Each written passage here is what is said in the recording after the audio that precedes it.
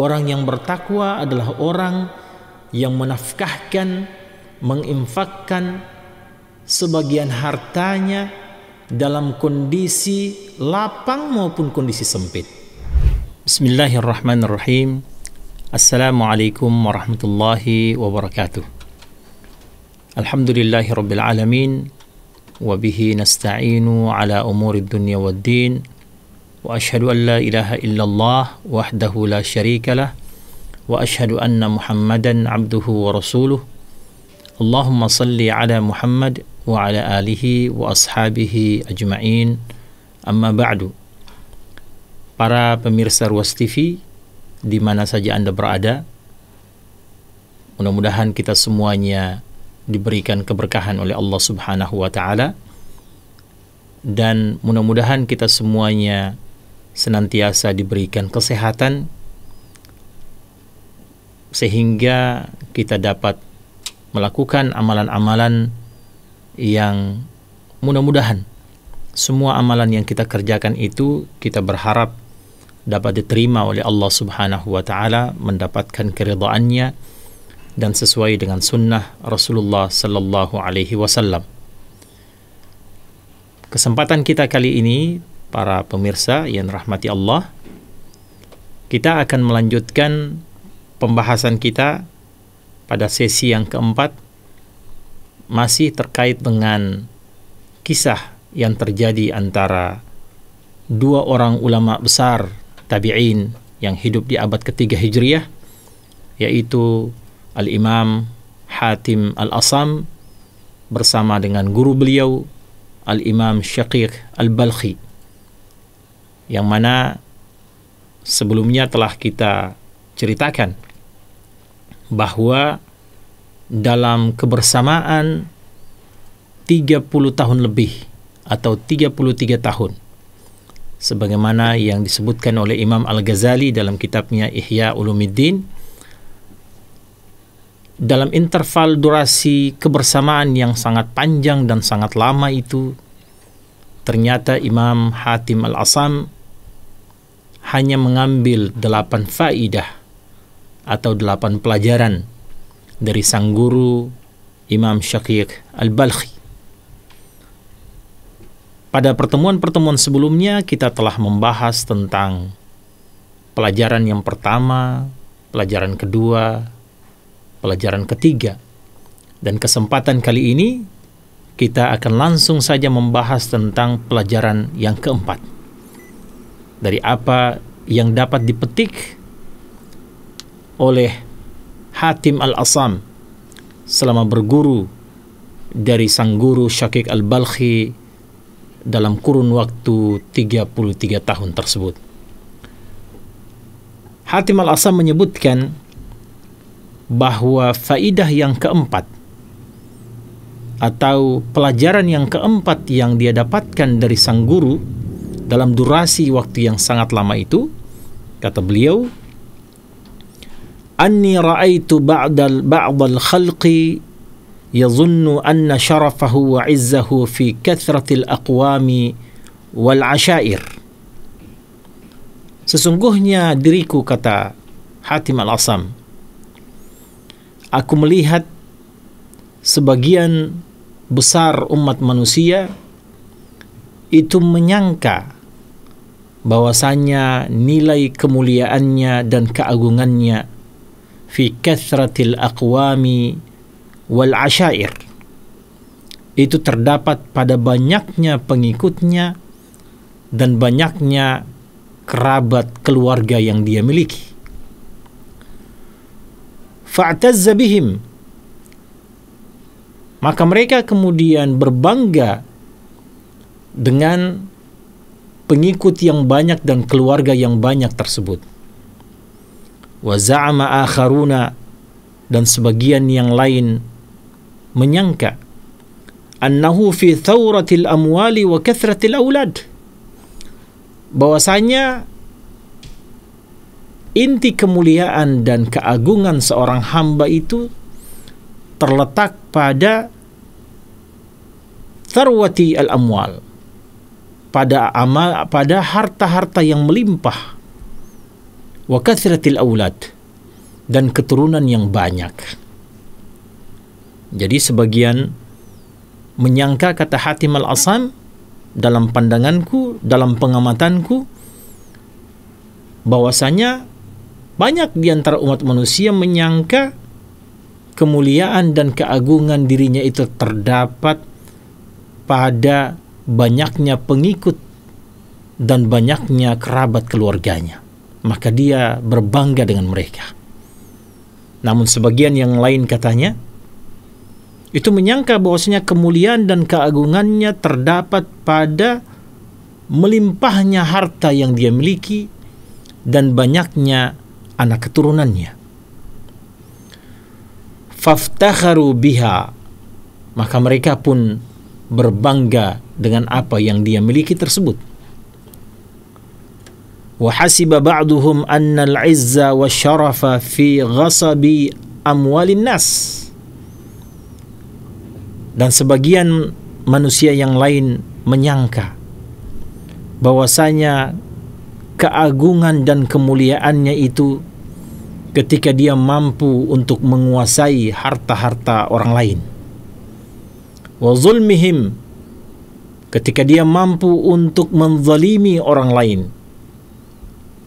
Wa safki dimaihim, bahkan ketika dia mampu untuk menumpahkan darah orang lain. Disitulah letak kemuliaan, kekuasaan, dan keagungan orang tersebut. Wa'taqadat ta'ifatun annahu fi itlafil mali wa israfihi wa tabdirihi. Bahkan sebagian kelompok menyangka bahwa mereka akan menjadi mulia, mereka akan kelihatan kuat dan perkasa ketika mereka mampu untuk menghabiskan hartanya sesuai dengan kehendaknya, membelanjakan hartanya sesuka hatinya, dengan cara berfoya-foya, menjalani kehidupan yang boros, dan lain sebagainya. Fata'ammaltu fi qawlihi ta'ala, Hatim al-Asam kemudian mengatakan, saya berusaha untuk merenungi salah satu dari ayat-ayat Allah Subhanahu wa ta'ala, inna akramakum indallahi atqakum. Allah berfirman, sesungguhnya yang paling mulia di antara kalian, indallah, di sisi Allah, dalam pandangan Allah Subhanahu wa ta'ala, atqakum, adalah siapa yang paling bertakwa di antara kalian. Al-Quran surat Al-Hujurat ayat 13. Fakhtartu taqwa, maka Hatim mengatakan kepada gurunya, wahai guruku, aku lebih memilih memiliki takwa. Wa ataqadtu anna al-Qur'ana haqqun sadiqun, dan saya benar-benar yakin seyakin-yakinnya bahwasanya informasi dari Al-Quran itu adalah informasi yang paling valid dan paling benar, tidak ada kesalahan di dalamnya. Wa dhannuhum wa husbanuhum kulluha batilun zail.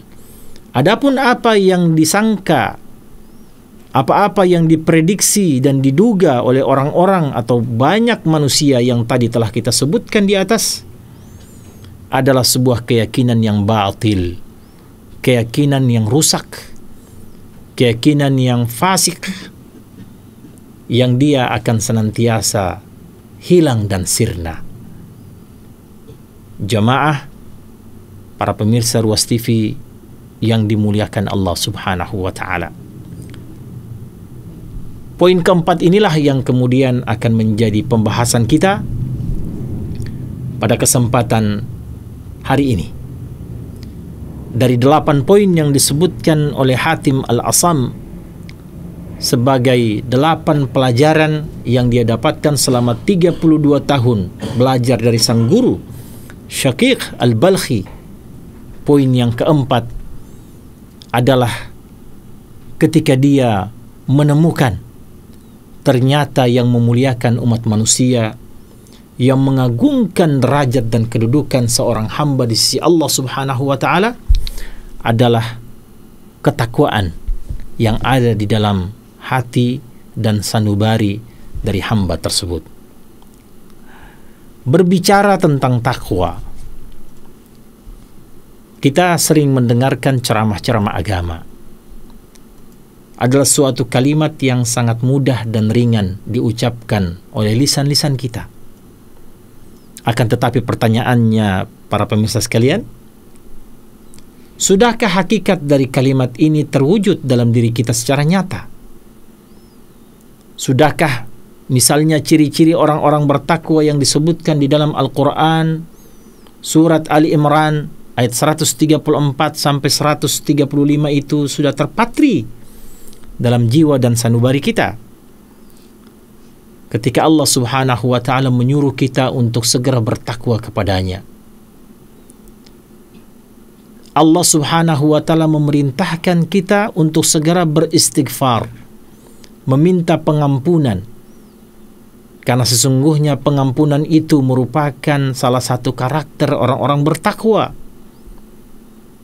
Wasari'u ila magfiratin min rabbikum wa jannatin arduhas samawati wal ard uiddat lil muttaqin. Bersegeralah kalian menuju kepada maghfirah, pengampunan Allah Subhanahu wa ta'ala. Dan untuk pengampunan tersebut, wa jannatin arduhas samawati wal ardu, Allah telah mempersiapkan surga yang luasnya seluas langit-langit dan bumi. Uiddat lil muttaqin, dipersiapkan, dipersembahkan kepada orang-orang yang bertakwa kepada Allah Subhanahu wa ta'ala. Kemudian siapa itu orang-orang bertakwa? Dijelaskan oleh Allah Subhanahu wa ta'ala pada ayat-ayat selanjutnya. Alladzina yunfiquna fis sarra'i wad dharra. Orang yang bertakwa adalah orang yang menafkahkan, menginfakkan sebagian hartanya dalam kondisi lapang maupun kondisi sempit. Ketika dia dalam posisi orang yang memiliki kelapangan harta, maupun dia menjadi orang yang miskin dalam pandangan umat manusia, tetapi semangatnya, motivasinya, keinginannya untuk berinfak dan bersedekah itu selalu ada dan membara dalam kehidupannya. Ini salah satu potret orang bertakwa, alladzina yunfiquna fis sarra'i wad dharra wal kadhimina al ghaidha wal 'afina 'anil nas. Potret kedua dan ketiga dari orang yang bertakwa, al kadhimina al ghaidha, orang yang mampu menahan amarahnya, wal 'afina 'anil nas, dan orang yang mudah memaafkan kesalahan orang lain.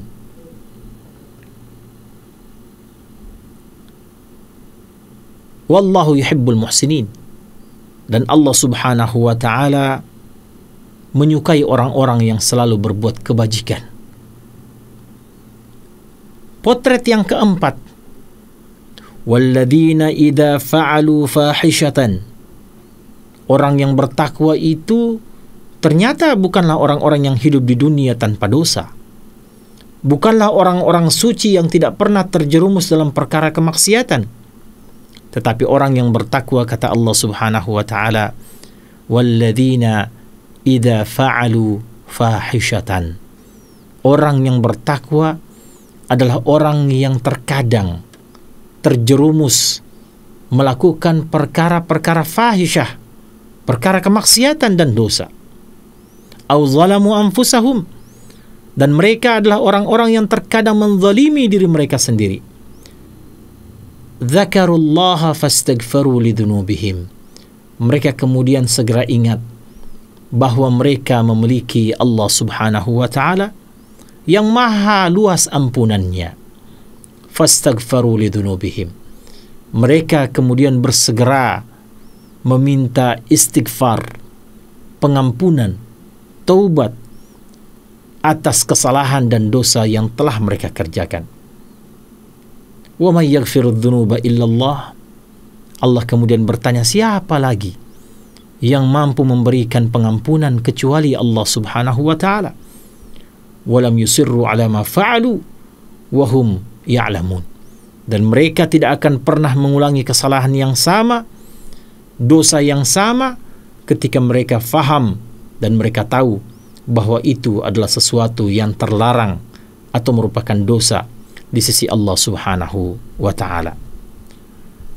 Kalimat takwa adalah kalimat yang sangat ringan. Kalimat yang sangat mudah kita ucapkan. Tetapi apakah mempraktikkan kalimat itu dalam kehidupan sehari-hari semudah kalimat itu diucapkan oleh lisan-lisan kita? Apalagi kita tahu bahwa yang namanya takwa, para pemirsa sekalian, itu bukan amalan-amalan yang nampak. Bukan amalannya anggota tubuh, tetapi takwa itu adalah amalannya hati. Seseorang tidak akan dikatakan bertakwa dengan hakikat ketakwaan kecuali takwa itu memang adalah sesuatu yang bersemayam di dalam hatinya. Dan bisa saja ada orang yang perilakunya adalah perilaku yang baik, menampakkan semua sisi-sisi kebaikan dari anggota tubuhnya, tetapi ternyata hatinya tidak mampu untuk menangkap sinyal-sinyal ketakwaan tersebut. Maka dia tidaklah merupakan orang yang bertakwa di sisi Allah Subhanahu wa taala. Disinilah letak kesulitan kita bertakwa kepada Allah Subhanahu wa taala, karena sesungguhnya kalimat-kalimat takwa tidak semudah yang kita utarakan lewat lisan-lisan kita. Kalimat-kalimat takwa itu harus terhujam di dalam hati dan sanubari seorang manusia.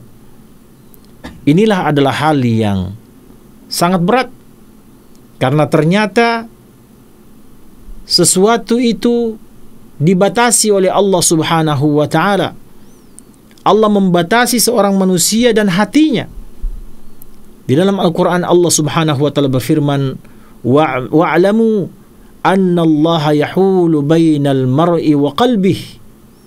Dan ketahuilah bahwasanya Allah Subhanahu wa taala membatasi, membuat penghalang antara manusia dan hatinya. Maka terkadang di antara umat manusia ada yang tidak dapat mengendalikan hatinya. Disinilah yang kemudian diambil pelajaran oleh Hatim Al-Asam. Ketika Hatim Al-Asam mengatakan, aku melihat banyak di antara umat manusia yang ingin mendapatkan kemuliaan. Para pemirsa Ruas TV yang dirahmati Allah, siapakah di antara kita yang tidak ingin menjadi orang yang mulia? Siapakah di antara kita yang menolak menjadi orang yang besar? Kita semua menginginkan menjadi orang yang mulia, orang yang agung, baik di sisi Allah Subhanahu wa taala maupun di kalangan umat manusia. Tetapi terkadang orientasi untuk mendapati nilai-nilai keagungan dan kemuliaan inilah yang menjadikan kita berbeda dalam menetapkan standar kemuliaan. Hatim Al-Asam menangkap itu. Ketika dia mengatakan, aku melihat di antara umat manusia ada orang-orang yang menggantungkan kemuliaan pada banyaknya pengikutnya, pada banyaknya kaum kerabatnya. Sehingga apabila ada sesuatu yang terjadi dalam kehidupannya, dia kemudian berbangga dengan banyaknya pengikutnya, berbangga-bangga dengan banyaknya keluarganya. Padahal banyaknya pengikut dan banyaknya keluarga tidak serta-merta menjadikan seseorang mulia di hadapan Allah Subhanahu wa taala. Sebaliknya, umat manusia yang lain menyangka bahwa dia akan menjadi mulia ketika dia mampu mengumpulkan semua harta yang mampu untuk dia miliki, menimbun harta sebanyak-banyaknya, berusaha untuk menggapai tujuannya mengumpulkan harta sebanyak-banyaknya, walaupun terkadang dalam prosesnya dia akan memakan harta orang lain. Dia akan menzalimi hak-hak orang lain. Bahkan tidak sedikit di antara mereka ada yang rela untuk menumpahkan darah orang lain. Dan dia kemudian menyangka bahwa disitulah letak kemuliaan dirinya. Dia menyangka bahwa dia menjadi besar dengan semua perbuatan itu. Ada juga di antara umat manusia yang menyangka ketika dia memiliki anak keturunan yang banyak, maka itu semuanya merupakan kemuliaan Allah Subhanahu wa ta'ala yang diberikan kepada dirinya. Dia lupa, hadirin sekalian, bahwasanya keturunan yang banyak tetapi bukan keturunan yang saleh, maka itu tidak akan bernilai apa-apa di sisi Allah Subhanahu wa ta'ala. Malah mungkin sebaliknya, mereka bisa menjadi beban, fitnah dalam kehidupan dunianya ketika dia berhadapan dengan Allah Subhanahu wa ta'ala. Maka kita selalu diajarkan untuk berdoa, Rabbi habli minas salihin. Ya Allah, ya Tuhan kami, habli minas salihin, berikanlah kepadaku keturunan-keturunan yang saleh. Rabbi ja'alni muqimas salat wa min dhurriyyati Rabbana wa taqabbal du'a. Doa para nabi. Ya Allah, jadikan diriku sebagai orang yang menegakkan salat, dan jadikan keturunan-keturunanku menjadi orang-orang yang menegakkan salat. Ya Allah, terimalah doa kami. Para pemirsa Ruas TV yang dirahmati Allah Subhanahu wa ta'ala, sehingga banyaknya keturunan tidak menjamin seseorang menjadi mulia di hadapan Allah Subhanahu wa ta'ala, kecuali keturunan-keturunan ini mampu dia jadikan, dia bina sebagai generasi-generasi yang saleh, generasi yang menegakkan salat, menegakkan syariat Islam, generasi yang mampu untuk mendoakan keturunan-keturunannya dan mampu mendoakan orang tuanya ketika mereka telah diwafatkan oleh Allah Subhanahu wa ta'ala. Generasi yang mampu untuk menjaga nama baik keluarganya, nama baik di hadapan umat manusia, dan nama baik keluarganya di hadapan Allah Subhanahu wa ta'ala. Inna akramakum indallahi atqakum. Kata kunci adalah siapa yang paling bertakwa di antara kalian, itulah orang yang paling mulia di sisi Allah Subhanahu wa ta'ala. Para pemirsa Ruas TV yang dirahmati Allah Subhanahu wa ta'ala, Al-Imam Ibnu Qayyim Al-Jauziyah rahimahullah berkata dalam sebuah pernyataan beliau, kata beliau, ketahuilah, sesungguhnya seorang hamba hanyalah mampu melalui tahapan-tahapan perjalanan menuju keridhaan Allah Subhanahu wa ta'ala dengan hati dan keinginan yang kuat, bukan cuma sekedar perbuatan anggota badannya. Dan takwa yang hakiki, kata Imam Ibnu Qayyim Al-Jauziyah, adalah takwa yang terhujam di dalam hati dan bukan takwa yang nampak pada anggota badan saja.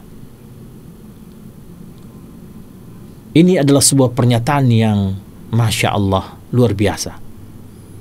Bahwasanya orang-orang yang sampai pada tahapan menuju Allah Subhanahu wa ta'ala adalah orang-orang yang punya dua kekuatan.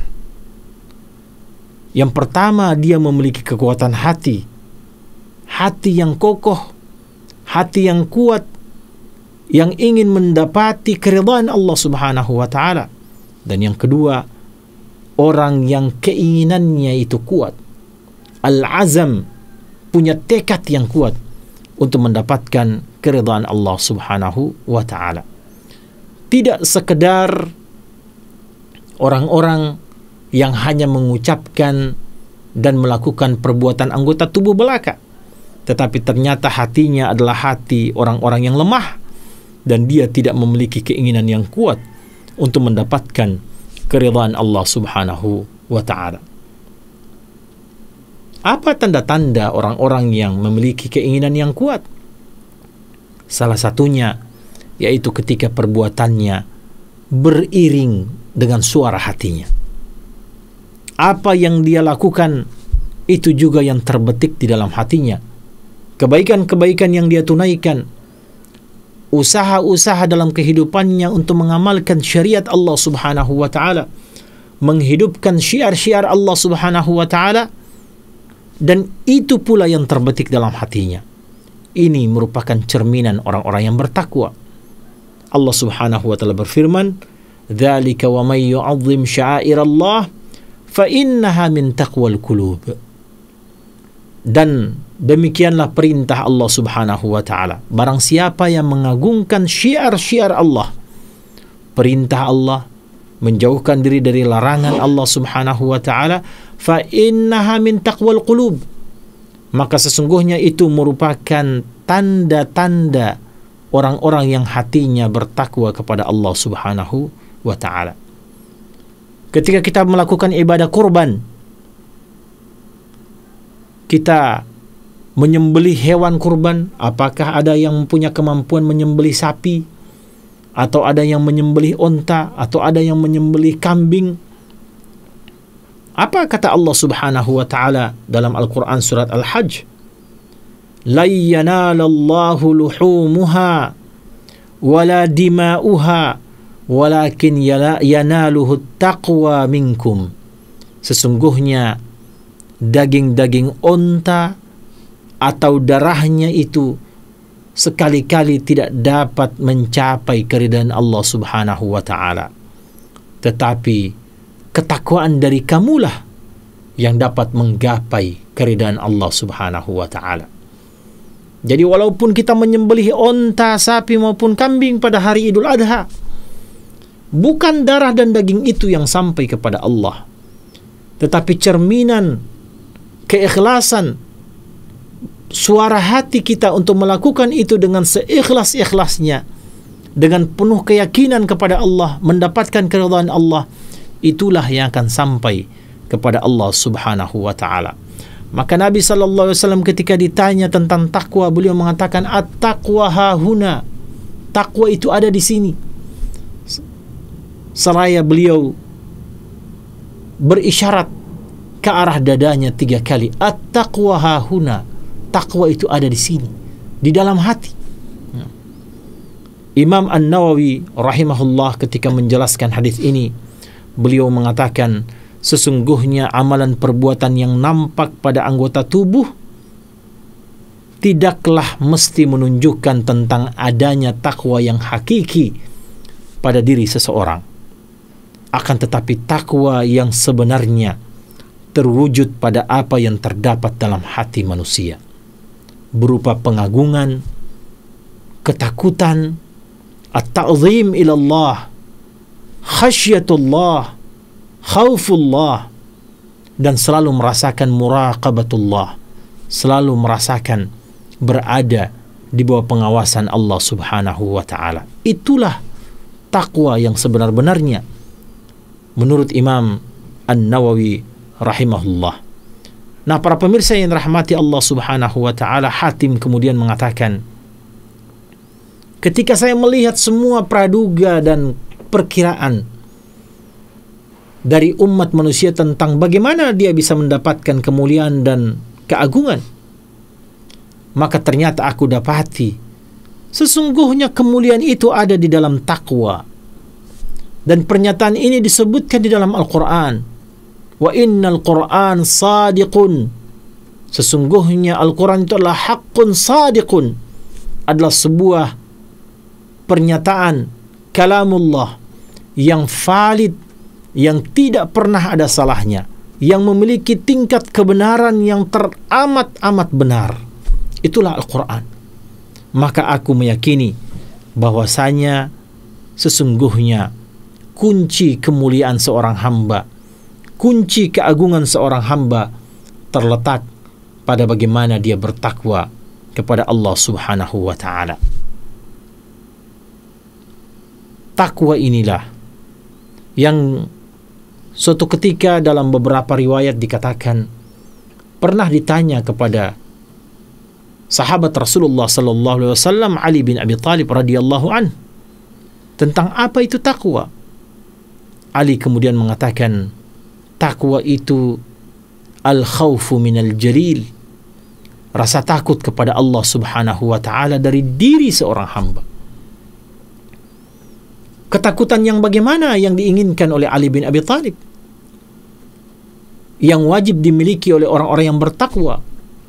Apakah ketakutan seperti kita takut dengan seekor hewan buas yang menjadikan kita harus membentengi diri kita dengan hewan buas tersebut, menjaga jarak kita dengan hewan buas itu? Ataukah ketakutan kita untuk menghadapi seorang pemimpin yang diktator atau pemimpin yang zalim, yang ketika kita ingin berhadapan dengannya kita telah mengalami gemetar badan, ketakutan di dalam jiwa dan lain sebagainya? Bukan itu ketakutan yang diinginkan bagi orang-orang bertakwa. Orang yang bertakwa ketika dia takut kepada Allah, ketakutan ini yang mengantarkan dia pada kecintaan kepada Allah subhanahu wa ta'ala dan mengharapkan ridha, pengampunan dari Allah subhanahu wa ta'ala. Al-khawfu minal jalil wal amalu bit tanzil.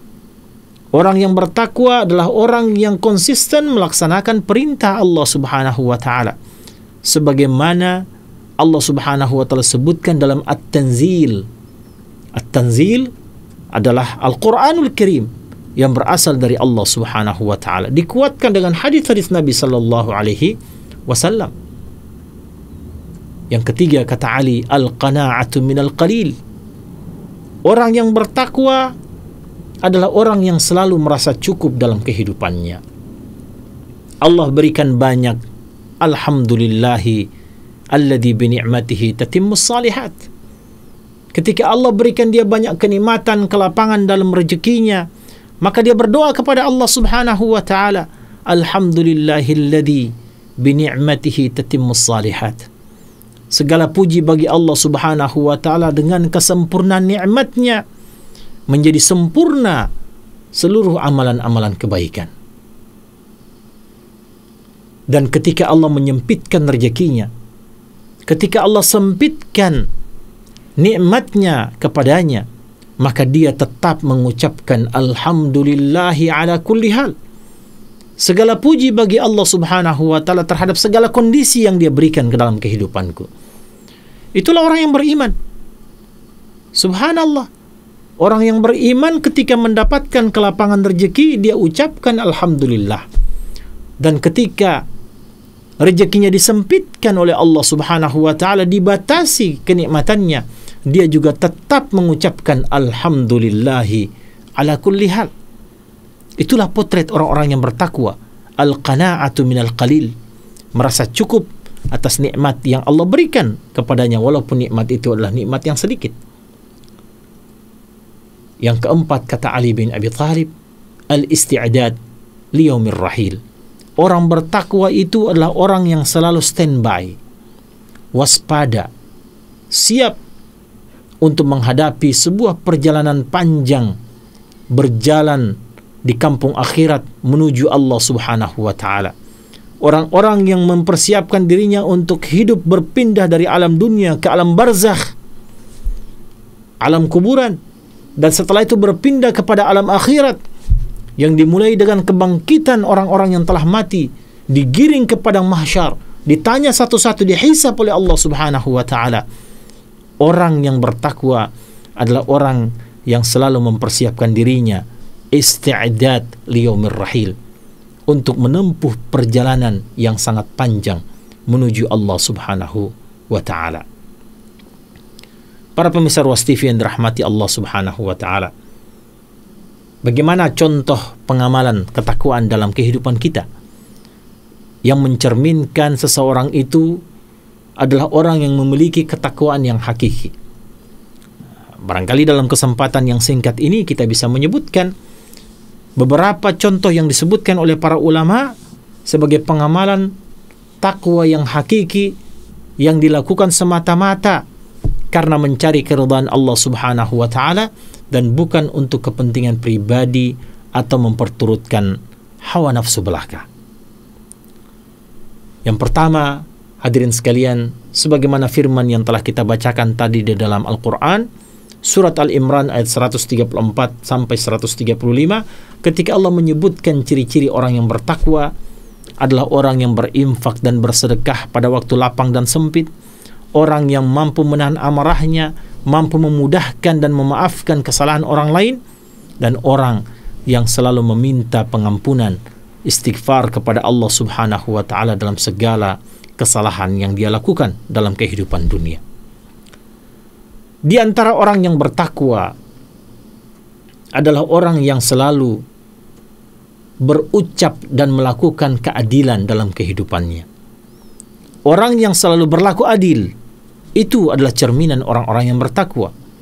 Bahkan di dalam apapun kondisi kehidupannya, keadilan tetap dijunjung tinggi. Sebagaimana Allah Subhanahu wa ta'ala menyebutkan dalam Al-Quran surat Al-Ma'idah, وَلَا يَجْرِمَنَّكُمْ شَنَآنُ قَوْمٍ عَلَىٰ أَلَّا تَعْدِلُوا اِعْدِلُوا هُوَ أَقْرَبُ لِلتَّقْوَى. Allah berfirman, dan janganlah sekali-kali kebencianmu terhadap suatu kaum mendorong kamu untuk berlaku tidak adil. I'dilu, berlaku adillah, kata Allah Subhanahu wa ta'ala. Huwa aqrabu littaqwa, karena berlaku adil itu sangat dekat dengan ketakwaan.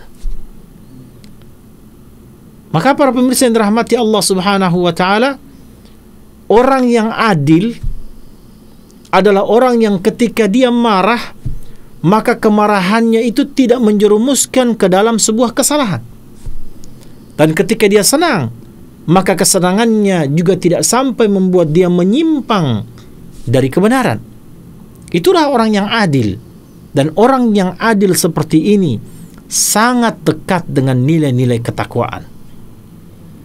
Ketika dia marah, kemarahannya tidak sampai menjadikan dia menyimpang dari jalan-jalan kebenaran.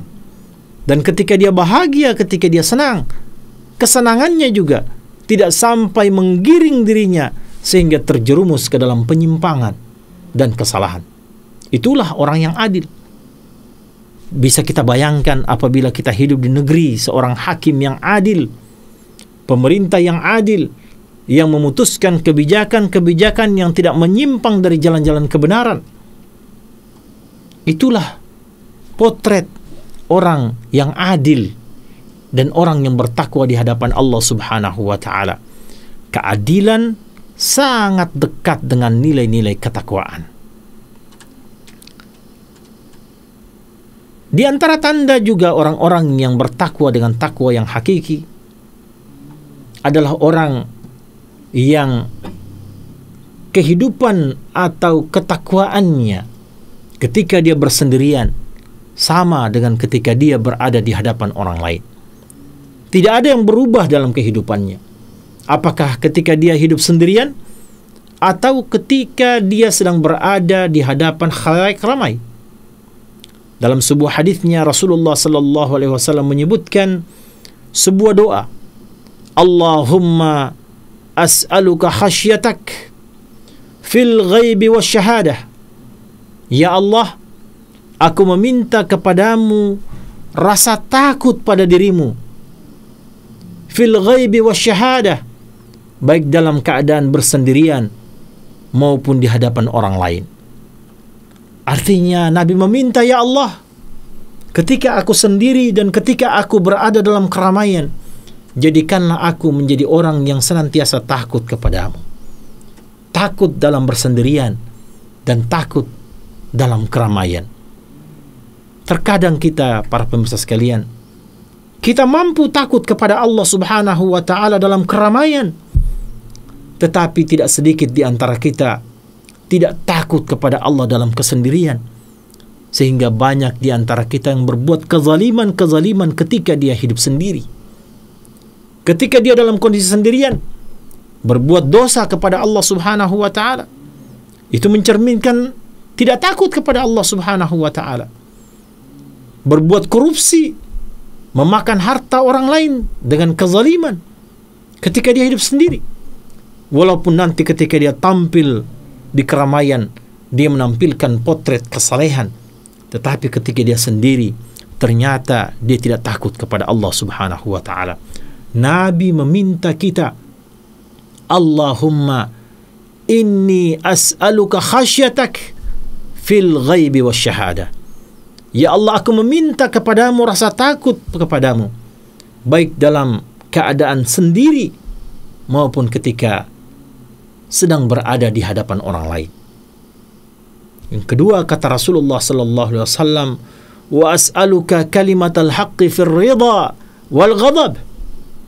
Aku meminta kepadamu ya Allah agar dalam kondisi ridha maupun dalam kondisi marah aku tetap mengucapkan kalimatul haqq, kalimat-kalimat yang benar. Seseorang yang memiliki kontrol diri yang luar biasa, sehingga ketika dia dalam kondisi marah ataukah dia dalam kondisi senang, untayan kalimat yang keluar adalah kalimat-kalimat yang benar, bukan kalimat yang menyakiti orang lain dan bukan kalimat yang menzalimi hak-hak orang lain. Wa as'alukal qasda fil faqri wal ghina. Dan yang ketiga, Nabi sallallahu alaihi wasallam mengatakan, ya Allah, aku meminta kepadamu kesederhanaan, baik dalam kondisi fakir maupun dalam kondisi ghina, baik dalam kondisi memiliki harta kekayaan maupun ketika berada dalam kondisi kemiskinan. Ya Allah, berikan kepadaku nilai-nilai kesederhanaan. Para pemirsa Ruas TV yang dirahmati Allah Subhanahu wa taala, doa Nabi ini adalah doa yang dahsyat. Meminta 3 hal sebagai ciri-ciri orang yang bertakwa. Dan kita bisa melihat di sekeliling kita. Ada saudara kita, kerabat kita, tetangga kita, orang yang banyak sekali hartanya, tetapi tampilannya adalah tampilan yang sangat sederhana. Bahkan terkadang kita seakan ditipu dengan penampilannya. Penampilan yang sederhana, tetapi memiliki harta yang berlimpah luar biasa. Kalau dia ikhlas kepada Allah, kalau dia melakukannya karena menginginkan wajah Allah Subhanahu wa taala, maka ketahuilah sesungguhnya itu merupakan salah satu di antara ciri-ciri orang-orang yang bertakwa. Demikian pula orang yang dapat mengontrol dirinya, tetap mengeluarkan kalimat-kalimat yang benar dalam kondisi apapun dia berada, dalam kondisi marah maupun dalam kondisi bahagia. Dan sebagaimana yang pertama tadi Rasul sebutkan, meminta kepada Allah agar menjadi orang yang selalu mencerminkan rasa takut kepada Allah, baik dalam kondisi bersendirian maupun dalam kondisi berjamaah atau di hadapan orang lain. Maka jamaah yang dirahmati Allah Subhanahu wa taala, cara untuk mewujudkan ketakwaan dalam hati adalah memperbanyak doa kepada Allah Subhanahu wa taala. Kemudian memperbanyak tazkiyatun nufus, pembersihan jiwa kita, pembersihan hati kita dan penyucian jiwa. Introspeksi diri kita sesekali di hadapan Allah Subhanahu wa taala. Atau setiap saat kita selalu bermuhasabah kepada Allah Subhanahu wa taala. Bagaimana kondisi hati kita? Bagaimana kondisi amalan kita? Apakah apa yang nampak dalam anggota tubuh kita benar-benar merupakan cerminan dari hati kita untuk mendapatkan keridhaan Allah Subhanahu wa taala, ataukah ternyata amalan-amalan yang baik dan bagus itu dikotori oleh kotoran-kotoran hati yang tidak sempat kita bersihkan sedikit demi sedikit. Para pemirsa Ruas TV yang dirahmati Allah Subhanahu wa taala, Hatim Al-Asam telah mengajarkan kepada kita bahwasanya semua hal, semua cara untuk mendapatkan kemuliaan dan keagungan Allah Subhanahu wa taala bermuara pada sejauh mana kita bertakwa kepada Allah Subhanahu wa taala. Semakin tinggi ketakwaan kita, maka semakin kita mendapatkan nilai kemuliaan di sisi Allah Subhanahu wa taala. Mudah-mudahan apa yang kita sampaikan hari ini bisa memberikan manfaat, dan mudah-mudahan marilah kita menjadi hamba-hamba yang bertakwa dengan sebenar-benar ketakwaan, karena ternyata itu merupakan salah satu jalan kita mendapatkan kemuliaan di dunia dan kemuliaan di sisi Allah Subhanahu wa taala. Subhanakallahumma bihamdik asyhadu an la ilaha illa anta wa astaghfiruka wa atubu ilaika wa akhiru da'wana alhamdulillahi rabbil alamin. Wassalamualaikum warahmatullahi wabarakatuh.